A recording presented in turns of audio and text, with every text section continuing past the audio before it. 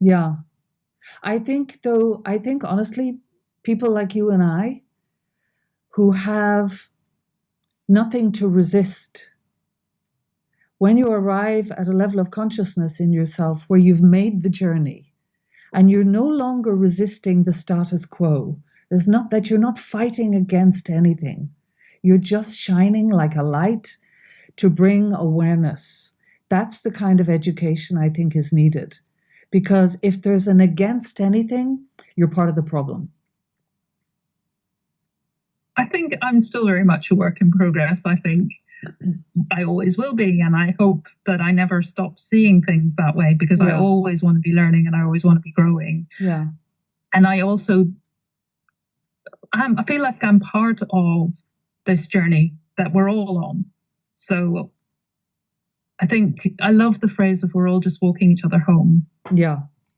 Because I think it is very much about how do we explore this vulnerability, and we explore the shame, and we explore all of the humanity that unites us.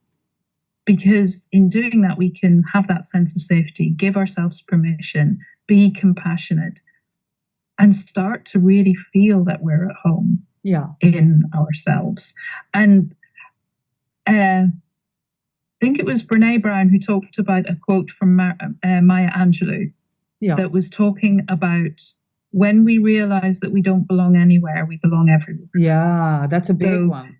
Because that we all feel we have this need to belong, and we are social beings, and it's important for us to connect. We have a drive for that. But when we're belonging as in fitting in, which so many of us are trying to do on some levels, some more consciously, some less consciously, but we're trying to fit in and we're trying to find our tribe, but we feel that we have to change ourselves or hide bits of ourselves rather than just, I'm me, take me or leave me. But when we're changing, when we're trying to fit in, we're not belonging. And the sense of yay and the sense of this is good doesn't last, because we then start to think, well, what are you liking? Are you liking me or are you liking my mask? Yeah. And then it's imposter syndrome and it doesn't serve us well. Whereas if we can just go, I am me. And whoever I resonate with, you're my tribe. And let's all just resonate together. And I will know that even if I don't particularly resonate with you, you're still a human being like me.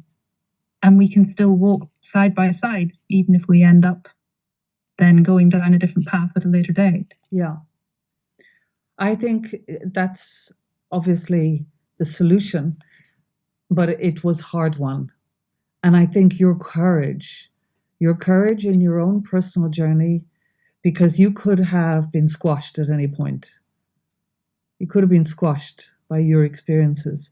And the shining light within you of consciousness and the home, like the radar, the GPS, your divine GPS, brought you here.